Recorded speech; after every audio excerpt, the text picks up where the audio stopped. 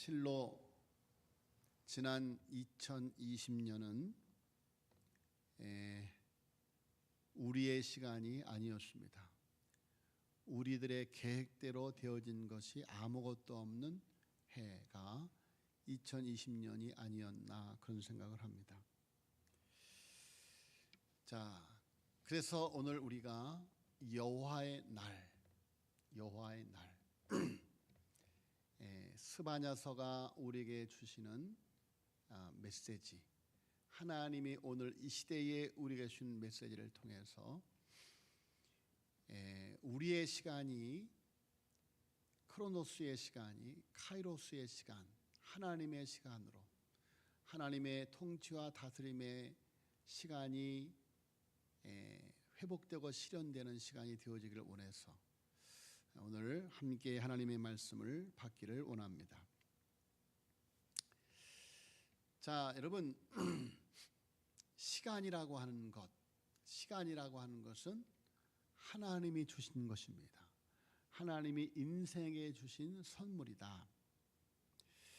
하나님이 세상을 창조하실 때에는 하나님의 시간에 의해서 이루어졌습니다.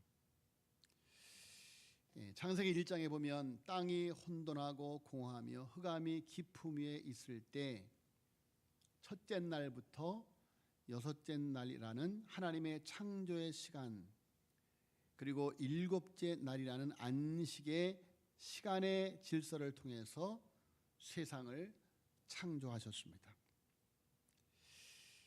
자, 그 하나님의 질서의 시간을 통해서 하나님께서 세상에 우리 인생에게 복을 주시고 세상을 정복하고 다스리라고 하셨습니다. 그때 하나님께서 우리 인생에게 주신 시간은 실로 생명의 시간이요, 영원한 시간이에요. 유한한 시간이 아니라 무한한 시간이다. 무한한 시간. 하나님의 시간이에요. 하나님의 시간. 여호와의 날, 날마다의 날이 여호와의 날이다. 여호와의 복이, 여호와의 통치가, 여호와의 다스림이 있는 날, 그것이 하나님이 세상을 창조하신 그런 모습이다. 자, 그런데 하나님의 질서를 거역한 인간은 여호와의 날을 잃어버리고 말았습니다. 그래서 생명을 잃어버렸어요. 무한한 영원한 시간 속에 거하는 인생이 아니라 그것을 먹는 날에는 정령 죽으리라. 그래서 유한한 시간 속에 갇힌 인간들이 되어져 버리고 말았다. 그야말로 여호와의 날을 잃어버리고 껍데기만의 시간, 하나님의 시간을 거스르는 불순종의 시간을 살아가는 인생들이 되어져 버리고 말았다. 자, 여러분, 이렇게 하나님의 다스림을 거역하는 불순종이 극에 달하는 시간마다 하나님의 강제적인 개입, 심판의 날이 임하더라, 그런 말씀입니다.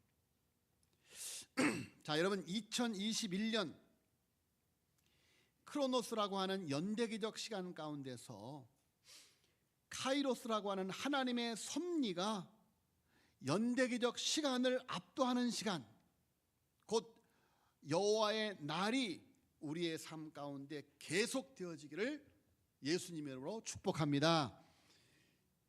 임마누엘의 날, 하나님이 우리와 함께 하시는 날, 그 날이 2021년도에 계속되어져야 된다. 자, 여러분, 지난주에 잠깐 언급을 했습니다마는 스바냐서는 누가 기록했는가? 스바냐가 기록했다고 말했죠. 자, 스바냐는 남유다의 13번째 왕이었던 히스기야의 현손이다. 다시 말하면 스바냐는 히스기야 왕을 고조 할아버지로 둔 족보가 있는 가문의 사람이었다. 자, 그런데 이렇게 훌륭한 왕족, 훌륭한 사람이 왜 왕이 될 수 없었을까? 왕족이긴 하지만 그는 서자 출신의 자손이었기 때문이죠. 자, 그렇지만 언제라도 혁명이 일어나면 왕이 될 수 있었던 사람이 바로 스바냐입니다. 스바냐라고 하는 이름의 뜻은 지난주에 말씀드렸습니다만 보호. 스바냐의 스바는 숨긴다, 덮는다, 보호한다라는 의미고, 야는 야훼 하나님을 말합니다. 그러니까 스바냐는 하나님께서 보호해 주시고 덮어 주시면 좋겠다라는 그런 염원이 담긴, 기도가 담긴 그런 이름이다. 자, 스바냐의 아버지 구시는 아들을 낳고 왜 스바냐라고 이름을 지었을까? 왕족이니까 권세도 있었을 것이고 물질적인 어려움도 없었을 것인데 왜 하나님께서 덮어주시고 숨겨주시길 바라는 이름을 지었을까? 거슬러 구시의 시대 배경을 보면 스바냐가 태어났던 시기는 므낫세 왕이 통치하던 시대였다. 자, 여러분, 므낫세라고 하는 왕은 북이스라엘 남유다를 통틀어서 가장 악한 왕이라고 할 수 있습니다. 약 55년 동안 남유다를 통치했어요. 역사 기록에 의하면 이사야 선지자를 톱으로 켜서 죽인 왕이 바로 므낫세 왕이라는 거예요. 이렇게 하나님의 선지자도 무참히 죽이는 상황이라면 왕족 출신들은 숨죽일 수밖에 없는 시대, 그야말로 감시의 대상으로 살아가는 그런 불안한 삶의 연속이었겠죠. 자, 여러분, 그래서 스바냐에 붙인 구시는 아들을 낳고 이름을 지을 때 하나님께서 보호하시고 숨겨주셨으면 좋겠다고 지은 것이다. 자, 그러한 배경에서 태어난 스바냐가 본격적으로 활동한 시기는 요시야 왕이 통치하던 시대였습니다. 므낫세 왕이 죽고 그의 아들인 아모니 왕위에 올랐는데 요시야의 아버지 아몬, 무시야의 므낫세 왕의 아들 아몬이 왕위에 올랐지만 2년 만에 백성들에게서 왕자에서 끌려내려서 죽임을 당하고 말았습니다. 그리고 그 아몬의 아들 요시야가 8살에 왕위에 오르는 거예요. 그러니 요시야는 왕이 되었어도 기뻐할 수 없었습니다. 아버지가 백성들에 의해서 끌려내려져서 죽임을 당한 것을 보았기 때문에 그야말로 한창 뛰어놀고 사랑받아 8살이란 나이에 부모를 잃은 슬픔과 신하들의 눈치를 보면서 왕위에 앉아있는, 그야말로 그의 삶은 외로울 수밖에 없는 슬픈 삶이었던 것이죠. 보호를 받을 곳, 의지할 곳이 필요했던 요시야에게 스바냐가 있었던 것입니다. 스바냐는 왕족으로 요시야의 친척 관계이기도 했죠. 그래서 스바냐는 요시야에게 가르침을 주었고 좋은 자가 되었습니다. 그런 요시야에게 선한 영향력을 미쳤어요. 특별히 신앙적으로 큰 영향을 주었습니다. 구시가 아들을 낳고 하나님이 보호하시길 원하며 스바냐라고 이름을 지었는데, 스바냐가 하나님의 은혜를 입고 므낫세의 서슬퍼런 그런 시대를 무사히 지나고 하나님의 은혜로 보호함을 입었을 뿐만이 아니라 그 이름처럼 왕을 보호해 주는 사람이 되었다. 자, 여러분, 우리 믿음의 사람들은 스바냐와 같은 사람들이 되어야만 됩니다. 우리들의 믿음이 성장을 해서 다른 사람들을 케어해 줄 수 있는, 다른 사람에게 선한 영향력을 끼칠 수 있는 그런 스바냐와 같은 사람이 되어야 된다. 우리 삼도교회 스바냐와 같은 사람들이 많이 세워지기를 예수님의 이름으로 축복합니다. 자, 선지자 스바냐는 유다 말기 요시야 왕 때 하나님의 말씀을 전했는데, 특별히 요시야의 종교 개혁이 일어나기 전에 말씀을 전했습니다. 요시야는 8살의 왕이 되어서 16세에 하나님을 찾기 시작했고 20세에 종교 개혁을 단행했습니다. 선지자 스바냐는 요시야 왕과 숙질간이 되기 때문에 아마도 왕궁을 자유롭게 드나들 수 있었을 것입니다. 그래서 자연히 요시야의 종교 개혁에 많은 영적인 영향을 미친 것이죠. 자, 스바냐가 요시야 왕에게 준 메시지는 한마디로 주의 날은 심판의 날이다. 여호와의 날은 심판의 날이다. 그러나 하나님을 의지하면 기쁨의 날이 될 것이다 라는 메시지예요. 자, 여러분, 코로나가 세상 사람들에게는 재앙이지만 하나님의 백성들에게는 오히려 축복이 될 줄로 믿습니다. 여러분, 세상에 당하는 재앙은 하나님의 심판이지만 하나님의 백성들에게는 그 재앙이 하늘 가는 밝은 길이에요. 하늘 가는 밝은 길. 영생으로 나가는 시온의 대로가 활짝 열리는. 자, 여러분, 여호와의 날은 오늘 2절로 3절 말씀까지를 보면 온 세상을 심판하는 심판의 날이다. 하나님의 다스림의 시간을 거부하는 세상에 대한 심판, 노아 시대의 심판을 연상하게 하는 진멸의 심판. 자, 보세요. 2절 3절. 여호와께서 이르시되 내가 땅 위에서 모든 것을 진멸하리라. 내가 사람과 짐승을 진멸하고 공중의 새와 바다의 고기와 거치게 하는 것과 악인들을 아울러 진멸할 것이라. 내가 사람을 땅 위에서 멸절하리라. 나 여호와의 말이니라. 여러분, 얼마나 무섭습니까?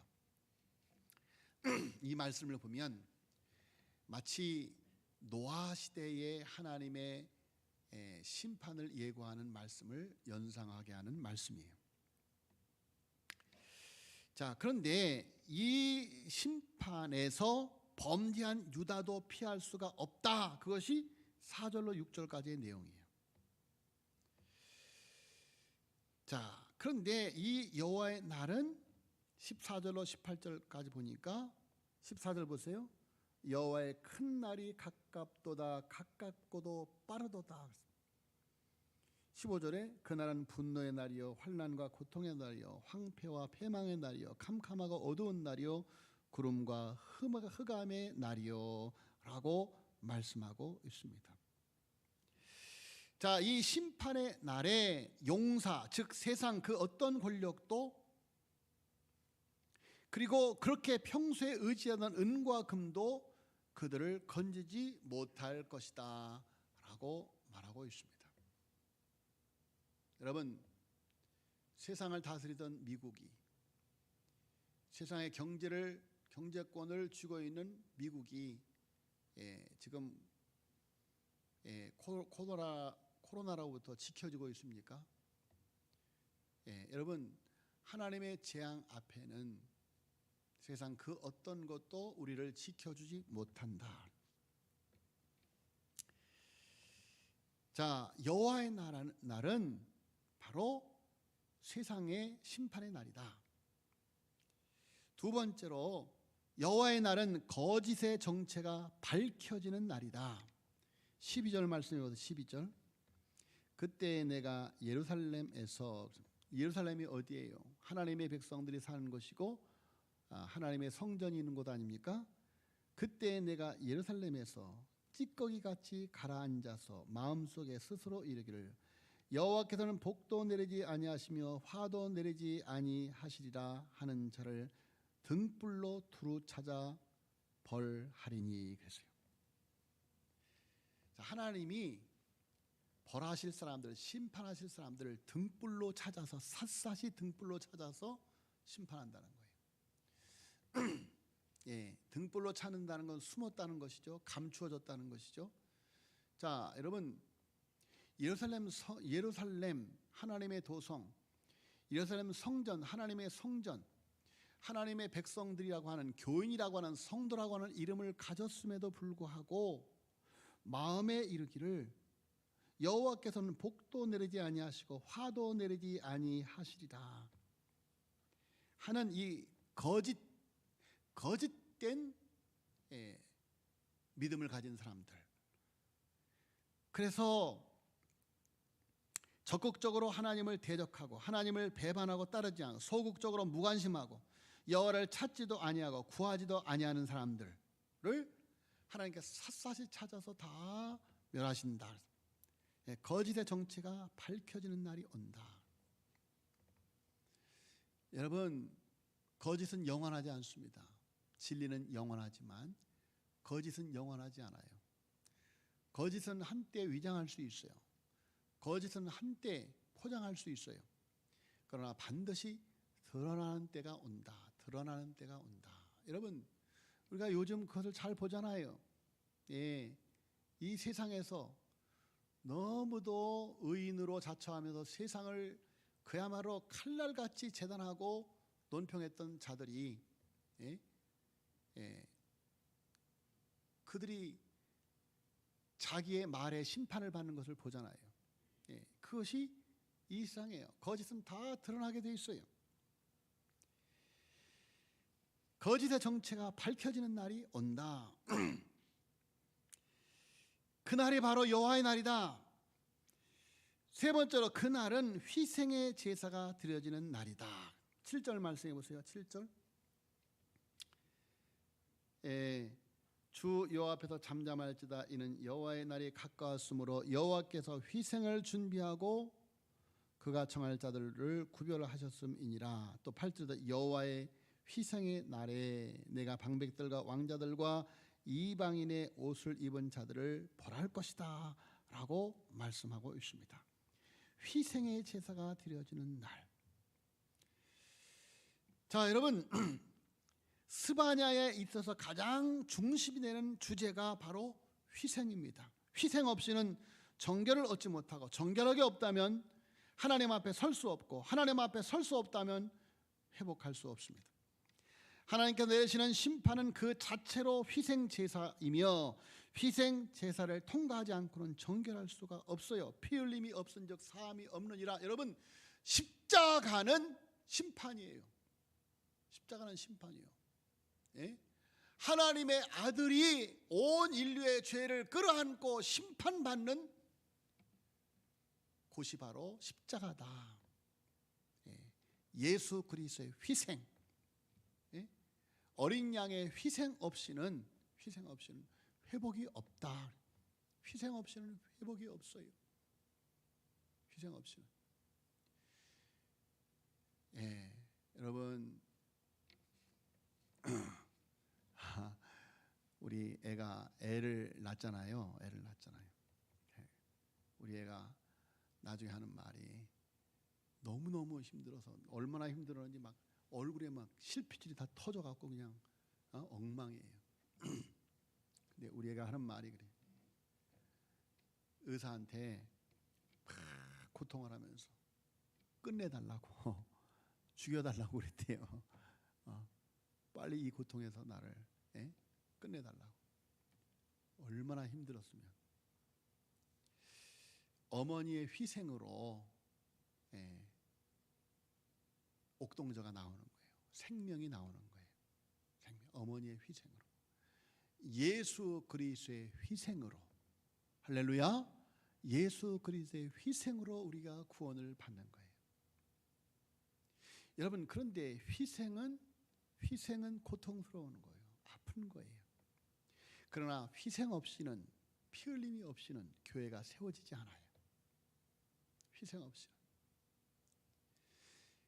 여러분, 삼덕의 제단이 희생 없이 세워졌기 때문에 계속 힘든 거예요. 예? 피드로 세웠기 때문에 힘든 거예요. 희생 없이 세웠기 때문에. 희생 없이 세워지면 힘든 거예요. 그래도 그나마 그 중에 희생하게 한 사람들이 있었기에 이 제단이 세워졌어요. 그러나 아직까지도 이 제단이 세워지는 진짜 희생을 다 치르지 못했기 때문에 지금 이렇게 힘든 거예요. 자, 여러분, 희생의 제사가 드려져야 된다. 희생 제사는 언약 백성이 언약에 신실하지 못했을 때 자신을 정결하게 하기 위해서 하나님 앞에 서기 위해서 드리는 제사이다. 이 제사는 매번 언약 백성들이 범죄할 때마다 그들이 하나님 앞에 서지 못할 때마다 드린 제사. 하나님께서는 그 제사를 받으시고 그들의 죄를 제물에게 전가하여 그들이 받아야 할 죄의 결과를 제물이 대신 받도록 한 것이죠. 그래서 희생 제사를 위해서는 제물이 반드시 필요한 거예요. 자, 제물이 바쳐진 후에는 제사에 참여한 자들과 함께 먹는 축제가 준비되어 있습니다. 그래서 제사, 하나님 앞에 제사 뒤에는 축제가 있어요. 함께 먹는 축제. 그러니까 희생 제사는 함께 먹는 축제를 포함한다. 여러분, 희생 제사가 있기에 보라 지금은 구원의 날이요 보라 지금은 은혜의 날이 되어지는 거예요. 할렐루야. 예수님의 희생의 제사가 있기에 내게 강 같은 평화, 내게 샘솟는 기쁨이 우리에게 주어진 거예요.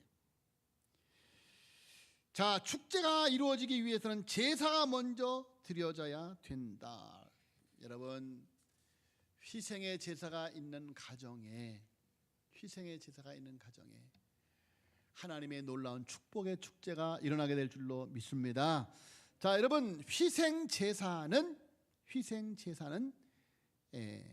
말씀드렸거니와 재앙이다. 자, 4절로 6절에서는 신앙의 문제로 재앙받을 자들에 대해서 말했다면 7절로 9절에서는 정치적이고 경제적인 이유로 재앙받을 자들이 기록되어 있습니다. 그들의 행동의 근본, 왜 그들이 하나님의 백성임에도 하나님의 도성에서 살고 있음에도 심판, 재앙을 받게 되는가? 그것은 그들의 근본에는 이방신을 더 의지하는 마음, 자신을 더 의지하는 마음, 하나님 아닌 이웃나라의 왕을 섬기는 마음이 자리 잡고 있습니다. 그래서 고관들과 왕족들이 이방 나라의 옷을 입어요. 아수르 제국의 옷을 입고 그들의 문화를 따라 삽니다. 하나님보다 세상의 거대한 제국을 더 의지합니다. 제국이 입는 옷을 입고 제국이 행하는 미신적인 행동을 합니다. 그래서 율법에 전혀 규정하지 않는 규칙들을 지켰는데 문지방을 넘어다니는 것이 바로 그 규칙이에요. 문지방을 넘겨다녀요. 9절에 보세요. 그날에 문턱을 뛰어넘어서 블레셋 사람들은 문지방을 밟지 않았습니다. 왜냐하면 문지방에 신들의 영이 있다고 믿었기 때문이에요. 그런데 하나님의 백성들이 이렇게 문지방을 넘어다니는 거예요. 왜? 블레셋 사람들의 그 영향을 받았기 때문이에요. 하나님을 믿는다고 하면서도 이렇게 샤머니즘, 미신, 심지어 여러분 얼마나 많은 사람들, 기독교인들 가운데 점쟁이에 찾아가서 점을 치는 사람들이 있는지 몰라요. 하나님도 믿고 점도 치고 사주팔자, 관상, 그래서 예수 믿는 사람이 관상이 어쩌느니 뭐 손금을 보자느니 뭐 여러분, 그래서 정치적이고 경제적인 이유로 재앙을 받는 자들이 있다. 하나님을 의지하지 아니하고 경제를 의지하고 하나님을 의지하지 아니하고 권력을 의지하고. 자, 그런데 희생 제사는 바로 여호와의 날의 회복을 의미한다. 하나님께서 이렇게 세상을 심판하시고 하나님의 백성들마저 똑같이 심판하지만, 그러나 하나님의 백성들에게는, 하나님을 사랑하는 자 곧 그 뜻대로 부르심을 입은 자들에게는, 지극히 높은 것은 하나님께 영광에, 땅에서는 기뻐하심을 입은 사람들, 하나님을 사랑하는 사람들, 그들에게 내리는 재앙은 재앙이 아니라 바로 회복의 날이다. 여러분, 하나님을 사랑하는 사람들은 이 재앙의 날에 더 하나님 앞에 무릎을 꿇고 기도하며 이 재앙의 날에 더 하나님께 가까이 나아오게 됩니다. 우리를 신실하게 사랑하시는 여호와 하나님은 우리가 멸망당하도록 내버려 두지 않으시고 예수님을 통해서 희생 제사를 대신 치르셨습니다. 그리하여 더 이상 크로노스라고 하는 연대기적 시간 가운데 우상에 노예되었던 사는 삶이 아니라 카이로스라고 하는 하나님의 섭리가 연대기적인 시간을 압도하는 시간, 곧 여호와의 날이 우리의 삶 가운데 펼쳐지는 날, 임마누엘, 여러분 그 이름을 임마누엘이라고 하리라. 은과 금은 내게 없거니와, 여러분 은과 금이 없어서 없다고 하는 것이 아니에요. 은과 금은 내게 아무 가치가 없어요. 은과 금은 내게 없거니와, 내게 있는 것, 이 질그릇과 같은 내 속에 주신 보화 예수 그리스도의 이름, 나사렛 예수의 이름으로 명하노니 일어나 걸어라. 세상을 일으켜 세우는 여호와의 이름, 임마누엘의 통치, 하나님의 통치. 진짜 여호와의 날에는 희생 제사 후에 벌어질 함께 먹는 축제의 날이다. 여호와의 날은 구원의 날입니다. 기쁨의 날입니다.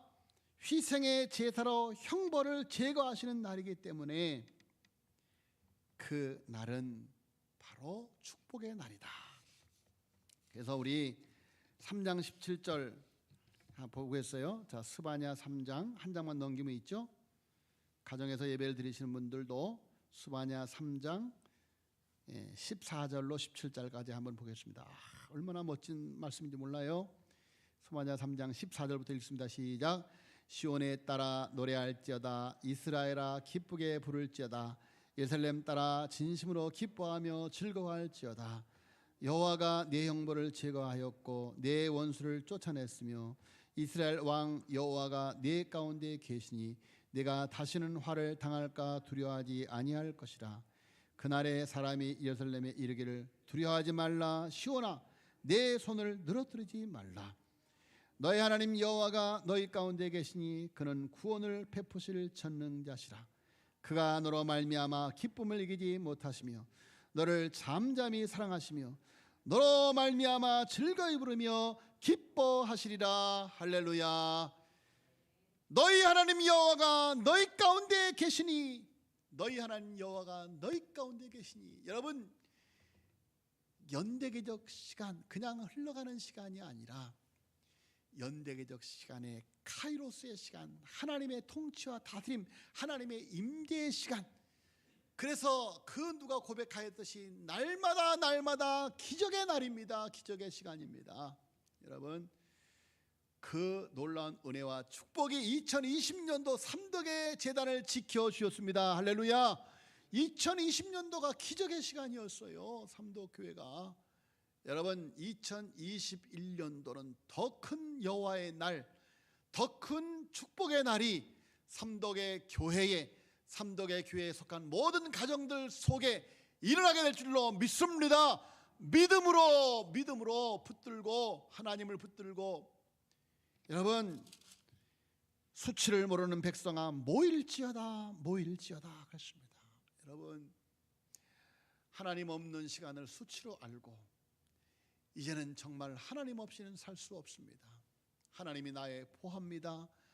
하나님이 나의 전부입니다. 여호와는 나의 목자시니 내가 부족함이 없으리로다.